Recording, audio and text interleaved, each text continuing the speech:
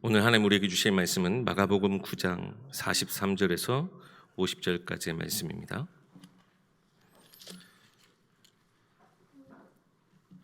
신약성경 마가복음 9장 43절에서 50절까지의 말씀입니다. 봉독하겠습니다. 만일 내 손이 너를 범죄하게 하거든 찍어 버리라. 장애인으로 영생에 들어가는 것이 두 손을 가지고 지옥 곧 꺼지지 않는 불에 들어가는 것보다 나으니라. 만일 내 발이 너를 범죄하게 하거든 찍어 버리라. 다리 저는 자로 영생에 들어가는 것이 두 발을 가지고 지옥에 던져지는 것보다 나으니라. 만일 내 눈이 너를 범죄하게 하거든 빼버리라. 한 눈으로 하나님의 나라에 들어가는 것이 두 눈을 가지고 지옥에 던져지는 것보다 나으니라. 거기에서는 구더기도 죽지 않고 불도 꺼지지 아니하느니라. 사람마다 불로서 소금 치듯함을 받으리라. 소금은 좋은 것이로되 만일 소금이 그 맛을 잃으면 무엇으로 이를 짜게 하리요. 너희 속에 소금을 두고 서로 화목하라 하시니라. 아멘. 담임 목사님 나오셔서 너희 속에 소금을 두고 서로 화목하라 라는 제목으로 말씀 전해 주시겠습니다.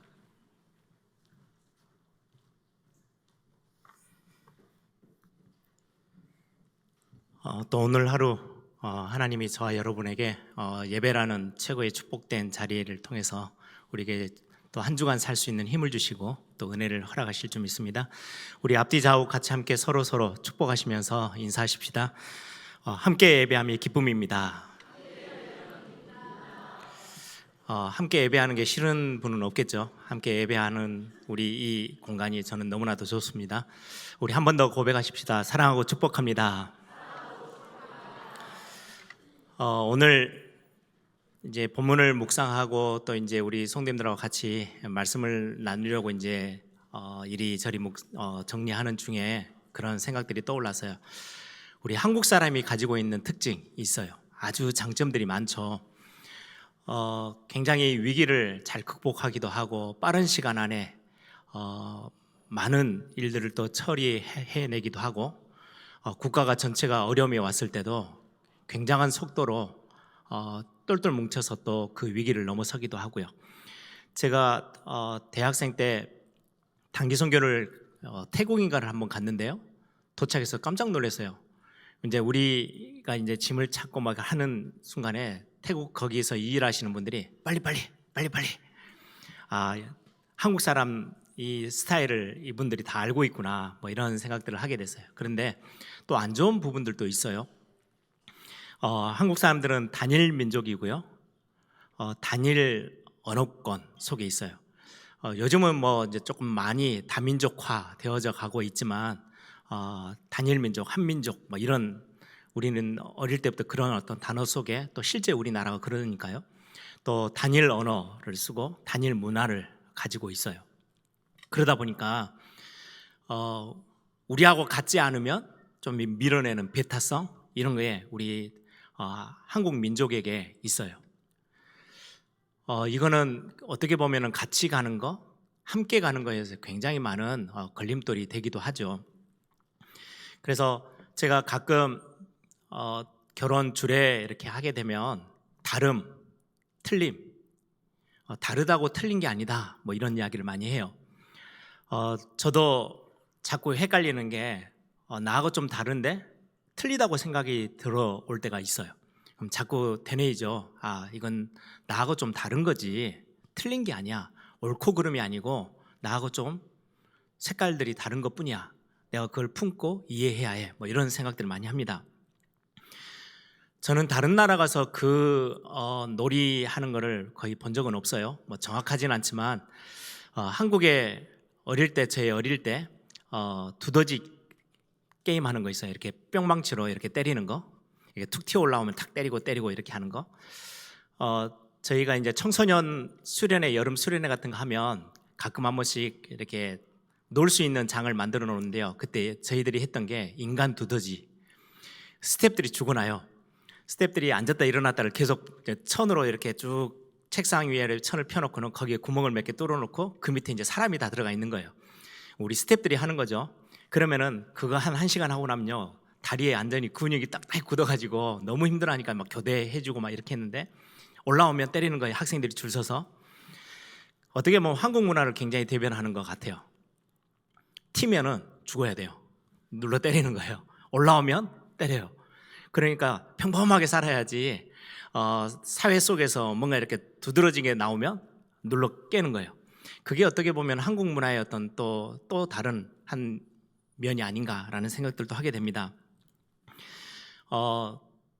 다른 사람들이 잘 되면 박수 쳐주는 게 아니고, 예전에 보니까 미국의 유대인들 이렇게 동네가 있는데, 유대인들은 한 가게가 되어지면 일부러 그 가게를 잘 되게 만들어 준대요. 동네 모든 사람들이 힘을 모아서. 근데 우리 한국 사람들은 저기 뭐 이렇게 떡볶이 집이 하나 생겼다, 바로 옆에 또 생겨요. 그래가지고 서로 경쟁하고 서로 죽이는 거죠. 그래서 우리 한국 사람들 말에는 사돈이 또 사촌이 논을 사면 배 아파하고, 남이 잘 되면 배 아파하는 게 이게 참 특징 있는 우리 한국 사람들의 문화인 것 같아요. 그러다 보니까 한국은 흑백 논리가 굉장히 강해요. 양극화가 돼 있어요. 남한과 북한, 그리고 동서, 그리고는 이런저런 많은 계층과의 갈등들을 일부러 유도하기도 해요. 그래서 배운 사람과 못 배운 사람, 가진 사람과 못 가진 사람, 뭐 이런 어떤 계층을 막 나누어서 따로따로 그룹을 형성케 만드는 거죠. 또 보수, 진보, 우리 세대들 안에서도 기성세대, 요즘 뭐 MZ세대 이렇게 해가지고 젊은이들 세대와 기성세대 어떻게 하면 섞일까가 아니고요, 자꾸 갈라 세우려고 하는 그런 문화적인 어떤 배경들을 우리가 가지고 있어요. 결국 국가나 우리 대한민국, 한국 안에 살고 있는 많은 백성들을, 국민들을 굉장히 어렵게 만드는 모습들이기도 하죠. 서로 원수지게하고 서로 갈라놓게 하는 이런 모습들을 보면 우리 한국 사람들이 참 많이 갱신해야 될 부분들이고, 또 많이 우리가 생각하면서 우리의 삶을 돌아봐야 되는 부분이 있겠다, 뭐 이런 생각들을 하게 됐어요. 오늘 본문을 통해서. 오늘 본문은 계속해서 마가복음 9장에는 거의 같은 내용의 흐름 속에서 예수님을 따라 믿고 따라오는 제자들, 특히 이제 제자들에게 주신 말씀이니까 예수님을 믿고 구원받은 하나님의 백성들, 하나님의 자녀들, 성도들이 어떤 삶을 살아야 하는지를 계속해서 언급하고 계세요. 지난 금요일 날 YBS에서도 웨스트민스터 신앙고백서, 그리고 소요리 문답에서도 제가 전체적인 큰 그림을 이렇게 요약했는데요. 처음에는 가장 전체적인 우리의 신앙의 고백의 대전제가 되어지는 성경, 하나님의 말씀, 우리의 기준이죠. 그게 무엇인지 이제 그걸 정리하고, 그 다음에는 우리는 무엇을 믿을 것인가, 성삼위 하나님을 믿는 믿음에 대한 내용이 거의 절반이에요. 그리고는 절반이 넘게, 그러면은 믿음을 가지고 살아가는 성도의 삶은, 생활은 어떠해야 되는지, 그게 신앙고백서의 절반을 차지해요. 소요리 문답은 훨씬 더 양이 더 많아요. 십계명부터 시작해서 주기도문까지 우리의 기도생활, 우리의 삶의 아주 구체적인 것까지도 신앙고백서 안에 다 다루고 있어요. 그 정도로 우리의 삶이 그냥 단순히 열심히 윤리도덕 이걸 떠나서 하나님의 백성은 어떤 삶을 살아야 되는지, 세상 나라에 속해 있지 않고 하나님 나라에 속해 있는 하나님의 백성은 구원받은, 거룩해진, 구별되게 부름받은 저와 여러분은 어떻게 살아가야 하는지를 예수님이 제자들과 함께 대화하는 중에 굉장히 중요한 것들을 지금 마가복음 9장에 언급하고 계세요. 저는 오늘 본문, 특히 마가복음 9장은 굉장히 피하고 싶었던 본문이기도 해요. 왜냐니까 목사이지만 제가 조금 그나마 완벽하고 그나마 좀 잘하는 사람이면 이런 본문에 대해서 막 힘내가지고 할 건데, 너무 부족한 게 많고 이 말씀에 빗대어 보면 안 되어지는 게 너무너무 많아요. 그래서 설교자가 자기가 뭔가 조금 되어지는 거에 맞는 본문이 나왔다, 굉장히 힘을 내서 막 이렇게 강조하면서 설교할 수 있어요. 그런데 마가복음 9장처럼 저하고 정반대의 모습을 하나님은 요구하시는데 저는 거기에 잘 못 따라가요.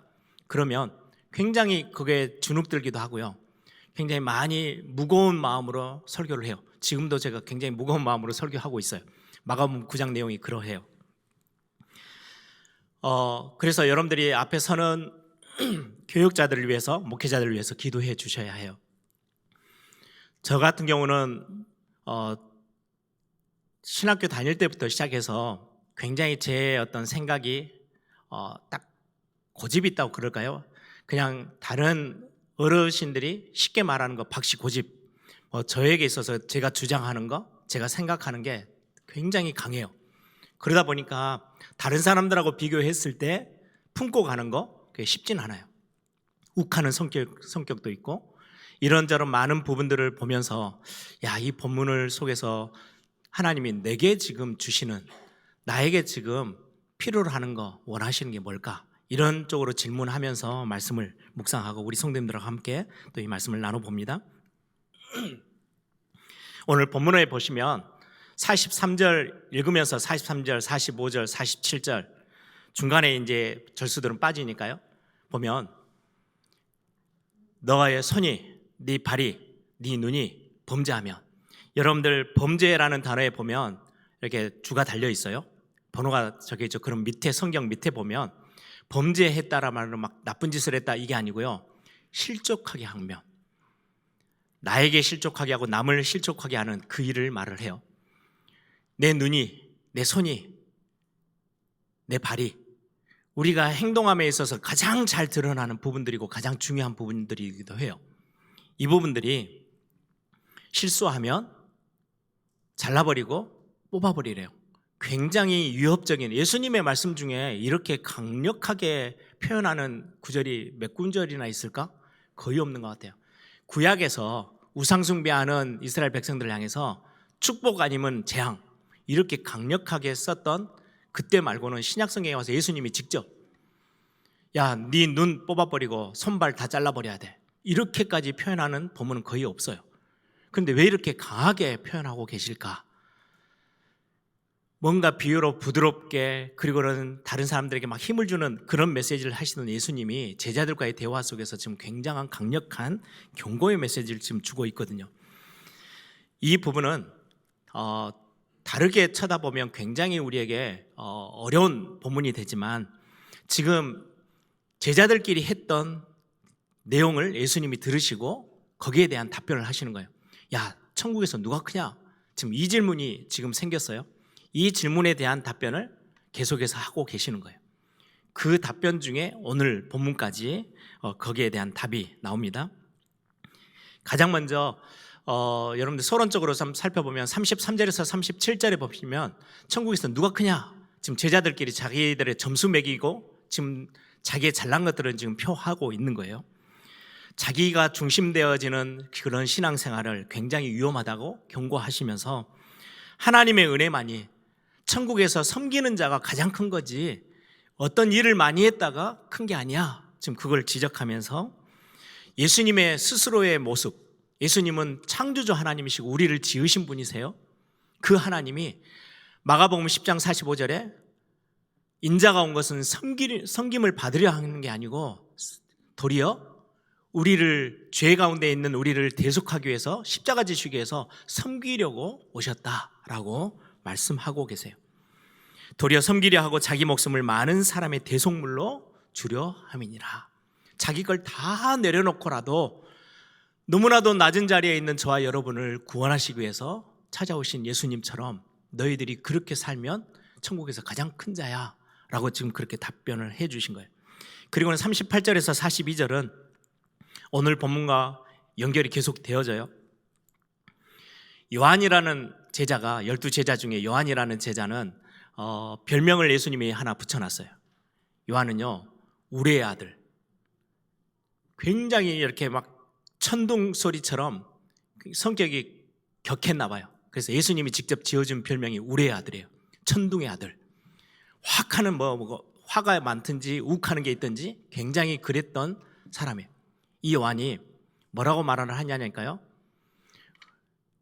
우리처럼 이렇게 예수님을 따르는 그룹은 아닌데 자꾸 밖에서 예수님의 이름으로 뭔가를 하고 다니는 사람들 우리가 다 금했습니다. 예수님의 이름으로 하지 말라고 다 이렇게 밀어냈습니다 라고 했더니 예수님이 금하지 말라. 이 말은 조금 자세하게 좀 들여다보면요, 지금 예수님이 변화산에 올라가셨고 제자들이 밑에서 귀신 들린 아이를 두고 막 실랑이를 했잖아요. 못 고쳤어요. 예수님이 오셔서 결국은 고쳐주셨어요. 그런데 어느 정도 시간이 좀 지났는데요, 밖에서 자기들을 따라오는 제자의 그룹이 아니에요. 근데 저 밖에서 예수님의 이름으로 귀신을 쫓아내고 막 뭔가 역사를 이뤄내는 사람들이 있네요. 요한이 불러내요.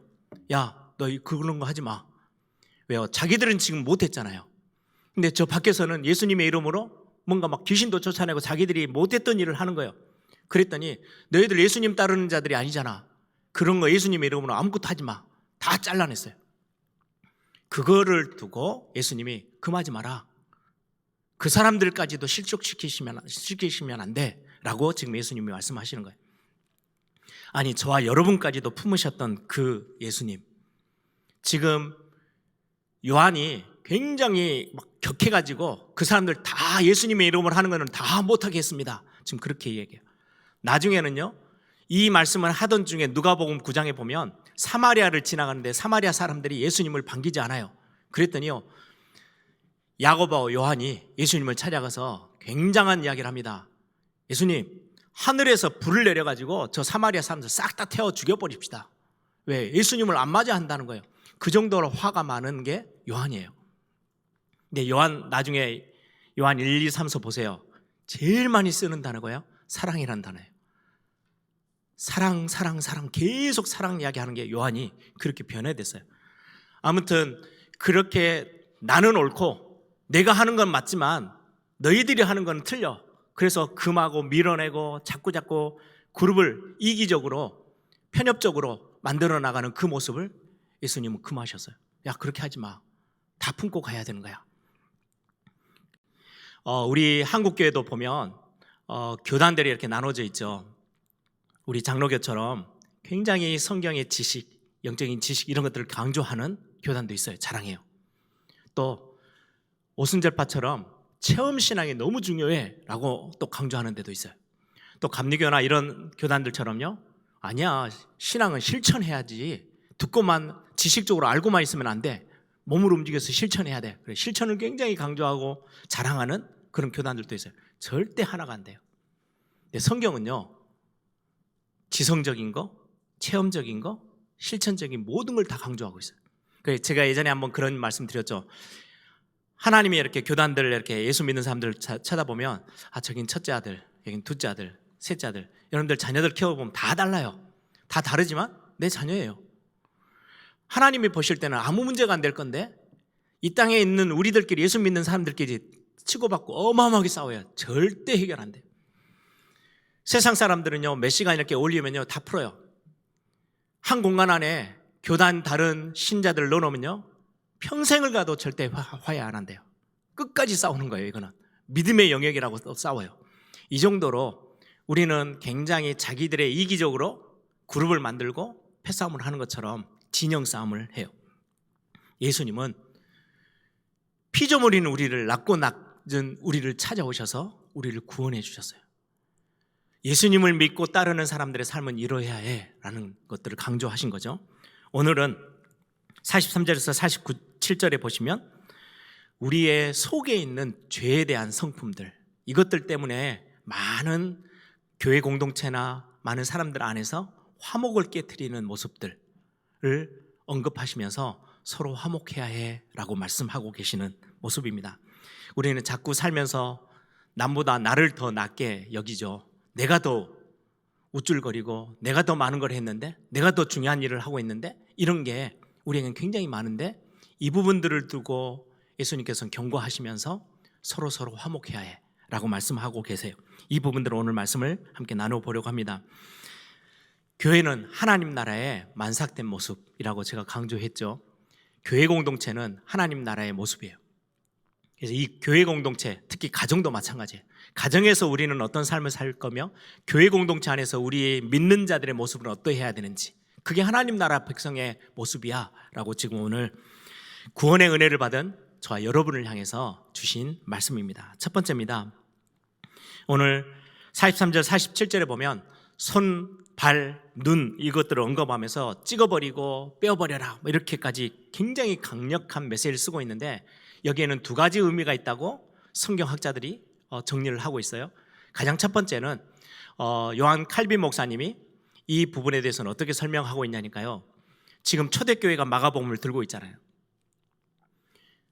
혹시라도 눈, 손, 발 너희를 실족시키면 그걸 다 빼버려야 돼 라고 할 만큼 강력한 메시지를 준 거는 지금 종교 지도자들, 유대 종교 지도자들, 그리고는 로마라는 정권이 예수 믿는다는 초대교회 성도들을 어마어마하게 박해를 하고 있던 시기예요. 위로의 메시지로 주시는 거예요. 야, 너희들을 지금 실족하게 하고 너희들의 마음을 힘들게 만들고 저 밖에서 세상 사람들이 너희들을 너무너무 어렵게 만들지, 그거 싹 다 잘라버릴 수 있어. 하나님은 너희들을 원하고 너희들을 사랑해. 너희들을 위하는 하나님이야. 너희들이 위로받고 너희들이 힘을 얻기를 원해. 내가 너희들을 보호해. 이렇게 저 사람들이 자기들이 옳다고 아무리 소리를 쳐도 하나님 나라 안에서는 다 베어버릴 수 있는 것들이야 라고 말하면서 하나님의 교회를 지금 굉장히 위로하고 있는 메시지다 라고도 해석하는 해석이 있어요. 또 하나는 말 그대로 하나님의 백성들이 자꾸자꾸 싸우고 우리의 삶을 통해서 다른 사람들을 실족시키는 이런 삶에 대해서 굉장한 경고를 주고 있는 메시지다 라고 말씀을 하고 있어요. 교회 공동체 안에 우리는 손, 발, 눈, 여러분들 머리카락이 좀 없다, 그렇게 문제되지 않아요. 그렇죠? 눈썹이 좀 없네, 코가 좀 낮네, 이런 걸로는 별로 문제가 되지 않아요. 근데 손이 없다, 발이 없다, 눈을 뽑아봐서 볼 수가 없다, 이러면요 몸이 굉장한 지장이 생겨요. 머리카락이 좀 몇 개가 없습니다, 아무 문제 없어요. 근데 지금 손, 발, 눈은요 우리의 몸 지체 안에서 굉장히 중요한 역할을 하는 것들이에요. 엄청나게 불편하게 되겠죠, 몸이. 여러분, 우리가 교회 안에서 각 부서들을 섬겨요. 손 역할을 하는 일꾼들이 있어요. 발 역할을 하는 일꾼들이 있고요. 눈 역할을 하는 일꾼들이 있어요. 그 일꾼들이 빠져버리면요 몸이 마비되듯이 뭔가 일이 안 돼요. 그 정도로 중요한 자리에 있어요. 그런데 중요한 일을 맡아서 중요한 자리에서 너무나도 중요한 역할을 하고 있는 그 사람들이 옆에 있는 사람들을 실족하게 하고 어렵게 한다면 그 사람들 없이 교회 공동체는 가도 돼 라는 굉장히 강한 메시지를 지금 우리에게 주고 계시는 거예요. 그래서 교회 공동체 안에서 예수님이 하시는 말씀은요, 얼마나 너가 열심히 일을 했냐, 얼마나 많은 일을 했냐, 얼마나 대단한 일을 지금 하고 있느냐, 그걸 가지고 논하신 적이 거의 없어요. 예수님은요 그걸 가지고 믿는 사람들을 평가한 적이 없으세요. 서로 화목하래요. 함께 하래요. 서로 사랑하래요. 그게 예수님이 강조했던 부분이에요. 이웃을 너의 몸과 같이 사랑해. 하나님을 사랑하듯이 이웃을 사랑해. 이걸 강조했지, 너가 일을 얼마나 잘했니? 점수가 90점이 넘네? 칭찬해 주시고 그런 적이 별로 없어요. 예수님은요 항상 일에 대한 평가보다도 얼마나 많은 양을 했냐, 얼마나 중요한 일을 했냐의 평가보다도 하나님 앞에서 서로 아우르면서 가는 이 부분들, 공동체를 지켜내는, 교회 공동체를 지켜내는 이 일에, 화평하고 화목을 깨트리지 않는 일에 굉장히 중요한 무게중심을 두셨어요. 그래서 손, 발, 눈 이런 것들은요 우리 신앙생활에 있어서 굉장히 드러나고 표가 많이 나는 부분들이에요. 이 표나는 것들을 때문에 많은 사람들을 힘들게 하고 실족하게 하고 어렵게 한다면 너희들은 그거 되게 조심해야 하는 거야 라고 지금 우리에게 말씀하고 계세요. 그래서 거의 이 본문, 지금 누가 크냐로부터 시작해서 쭉 오는 본문의 거의 9장 마지막 49절 50절이 결론에 해당하는 말씀이에요. 이 모든 것의 결론. 제가 49절 50절 한번 다시 읽어드릴게요. 좀 해석하기가 굉장히 어려워요. 사람마다 불로써 소금치듯 함을 받으리라. 굉장히 해석이 어렵죠. 그리고 50절에 소금은 좋은 것이로되 만일 소금이 그 맛을 잃으면 무엇으로 이를 짜게 하리요? 너희 속에 소금을 두고 서로 화목하라 하시니라.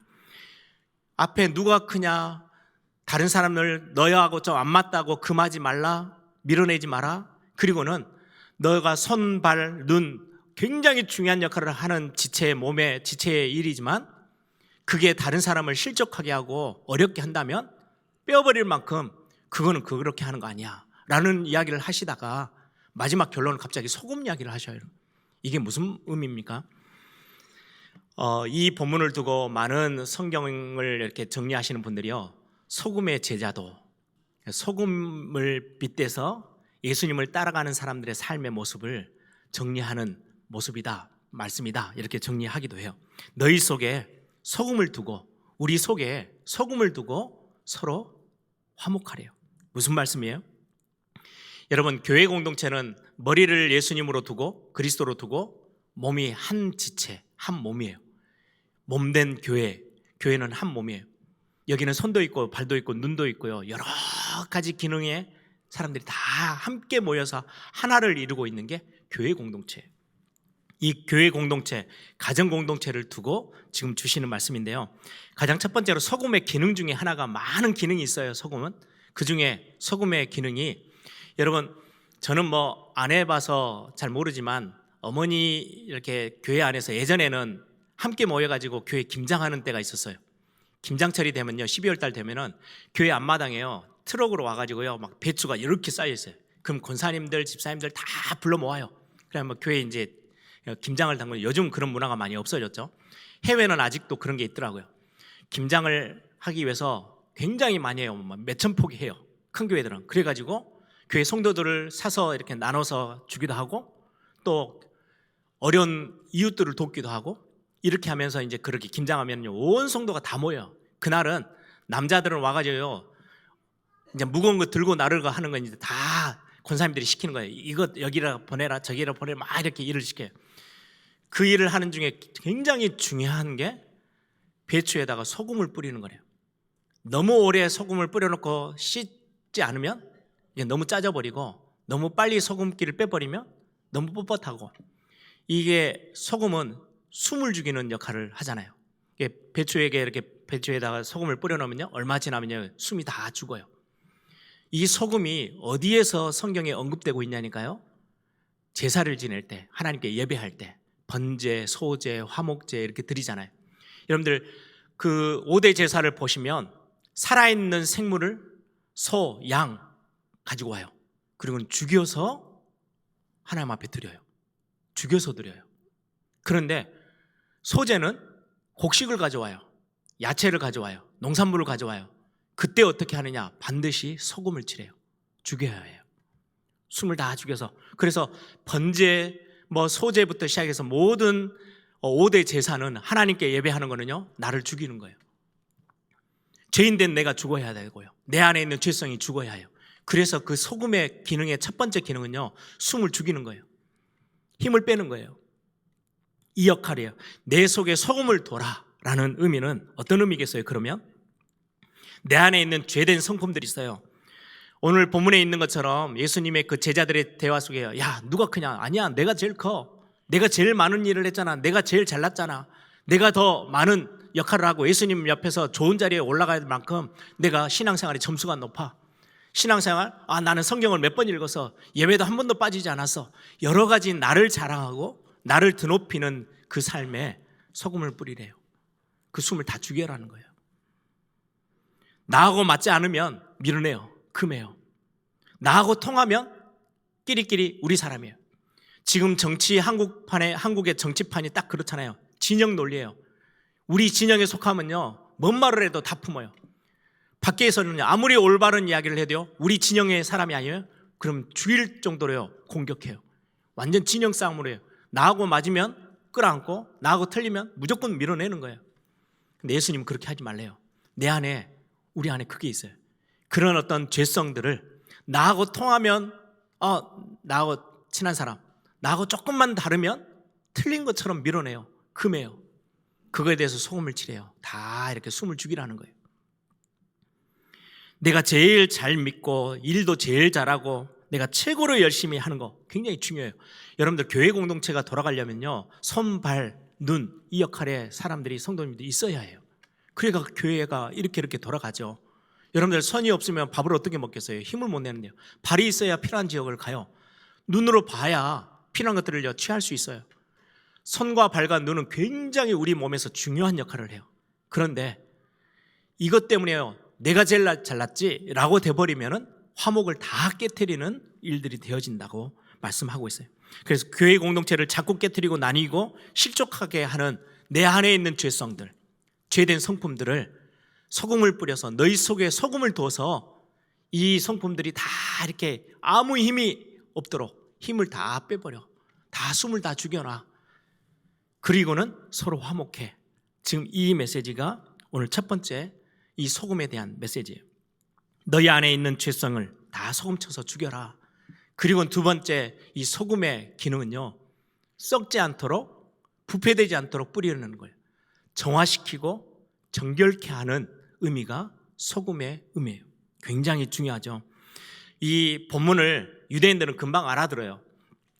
오늘 49절에 보면 사람마다 불로써 소금치듯 함을 받으리라. 여기에는 정결함의 의미가 들어있어요. 솔로몬 시대 때 굉장히 뛰어났던 왕이죠.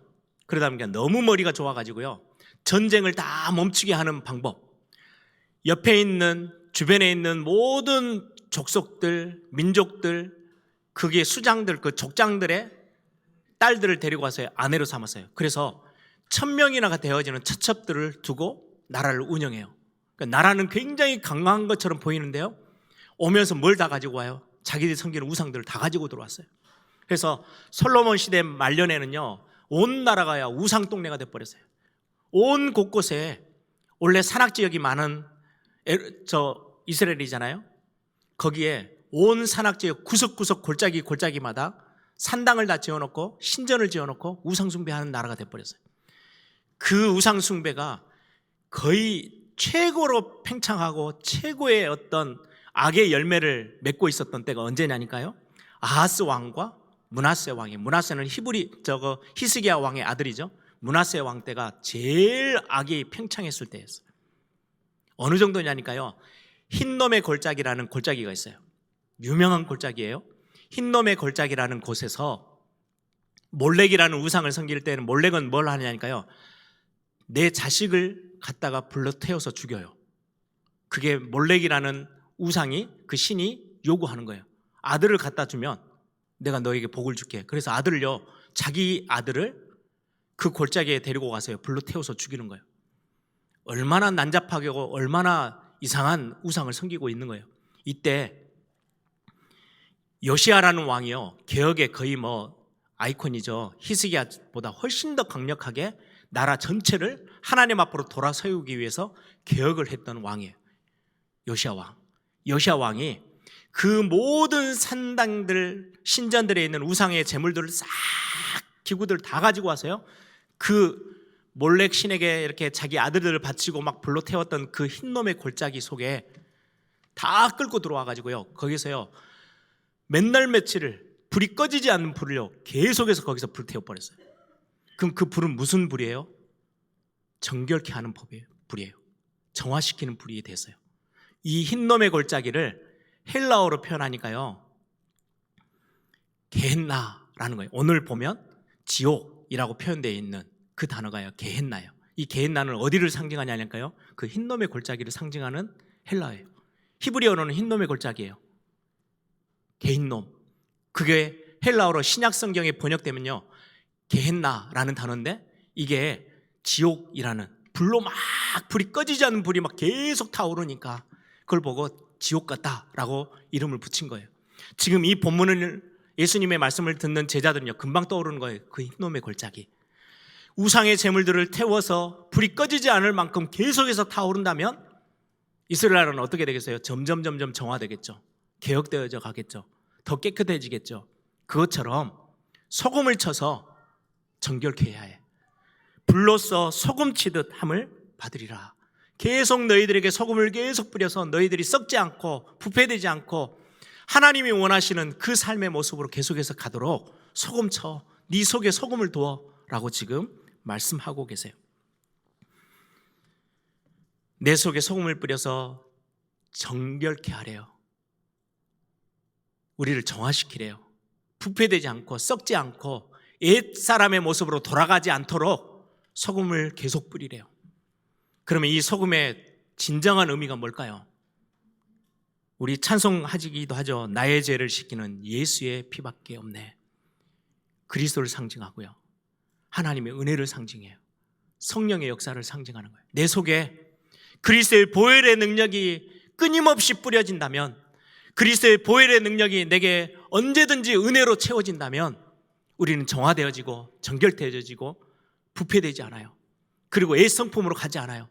그리고는 예전에 우리가 공동체의 그 화목을 깨려고 하는 나를 드러내고 뭔가를 막 나를 돋보이게 만들려고 하는 내 목소리를 높이는 그 부분들이 뿌려져서 숨이 죽듯이 계속해서 나를 죽이는, 죄성을 죽이는 역할, 그리스도로 충만하고 있어.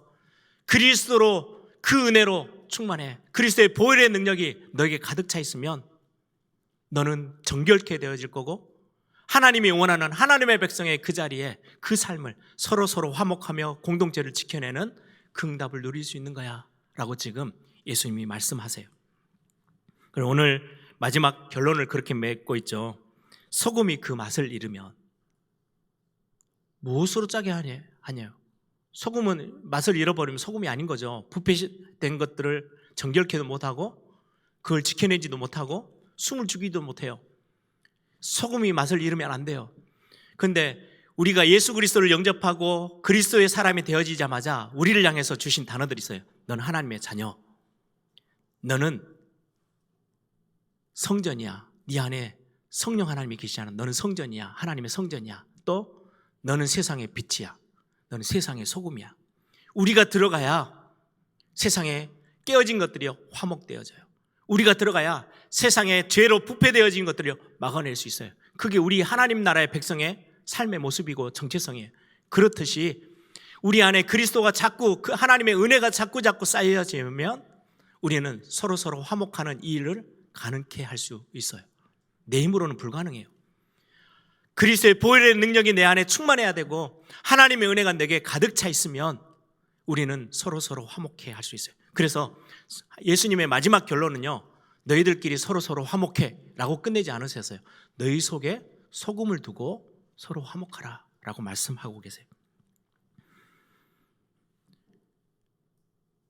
이스라엘 그 흰놈의 골짜기에 계속 우상의 제물들을 가지고 와서 그렇게도 온 나라가 우상 동네가 됐던 그것들을 정화시키기 위해서, 정결케 하기 위해서, 더 이상 하나님의 뜻에 반대로 되어지는 부패되는 삶을 없애기 위해서 그 흰놈의 골짜기에 불을 계속 지폈던 것처럼 그걸 다 태워서 없애버릴 만큼 불이 맨날 며칠이 더 가면 이스라엘은 더 많이 정결케 됐겠죠. 그런 것처럼 소금을 칠해요. 우리 안에 계속해서 오늘 또 소금, 또 그리스도의 보혈의 능력으로 우리를 또 다시 채우고 하나님의 은혜로 또 채우고 성령의 도우심을 구하며 그 성령의 역사가 내 안에서 역사하시도록, 교회 안에 성령의 역사가, 그리스도의 능력이, 하나님의 은혜가 날마다 그게 꿈틀거리도록 교회 공동체가 움직여져야 서로 화목하게 되어진대요. 다른 방법이 없어요. 소금칠해요. 너희 속에 밖에 방법이 있는 게 아니에요. 이거 해야 되고 저거 해야 되고 그러면은 우리가 화목하게 될 수 있을까? 아니요. 너희 속에 소금을 두고 서로 화목하래요. 여러분들 속에, 우리 교회 안에 하나님의 은혜가 넘치면, 야, 그치, 내가 잘나서가 아니고 하나님이 나 같은 인간을, 하나님이 진짜 하나님의 은혜를 주셔서 나를 구원하신 거지. 그게 지난주 메시지 아니에요? 누가 크냐가 중요한 게 아닌 거예요. 하나님의 은혜가 우리에게 채워지면 되어져요. 교회 공동체가 화목하게 되는 비밀, 성도의 개개인이 그리스도의 보혈의 능력으로 충만케 되어지면 되어지는 거예요. 야, 그리스도로 내가 오늘 또 힘을 얻네? 그러면 다른 사람을 돌아보면요, 품을 수 있어요. 사랑해야 할 수 있어요. 왜요? 나 같은 자도 하나님이 사랑해 주셨는데 뭐가 문제가 되겠어요? 하나님의 말씀 속에서 은혜로 그러면 우리는 같이 함께 끌고 갈 수 있어요. 야, 하나님은 나 같은 자를 구원해 주셨지. 그래, 우리가 금할 게 뭐가 있겠어? 이렇게 하면서 교회 공동체는요, 화목해 갈 수 있어요. 성령의 도우심 너무나도 필요해요. 우리의 힘으로는 불가능하기에. 주님이 나를 구원하시기 위해서 모든 영광 다 버리고 나를 찾아오신 것처럼 저와 여러분이 하나님의 은혜 안에, 이 은혜 안에 자꾸 들어가면 들어갈수록 우리는 서로 화목하게 되어져요. 이게 교회 공동체에 원하시는 거고, 우리 가정 안에서도요, 남편이 숨을 좀 죽이면 아내가 숨을 좀 죽이면, 자녀들이 자기 목소리를 조금만 낮추면 가정을 어마어마하게 화목하게 되는 거예요. 그게 어떻게 가능해요? 하나님 은혜가 가정 안에 깊이 들어오면, 개인의 속에 소금이 들어와 있으면 부패되는 것도, 더러워지는 것도, 썩는 것도 다 막아낼 수 있어요. 오늘 이 말씀 가지고 또 이번 한 주 우리가 한 해 절반을 이렇게 살아가고 있는 우리의 삶에 또 남은 한 해의 절반을 두고 하나님의 은혜로 또다시 또 충만케 되어지는 귀한 우리 에일의 모든 가족들 되기를 소망합니다.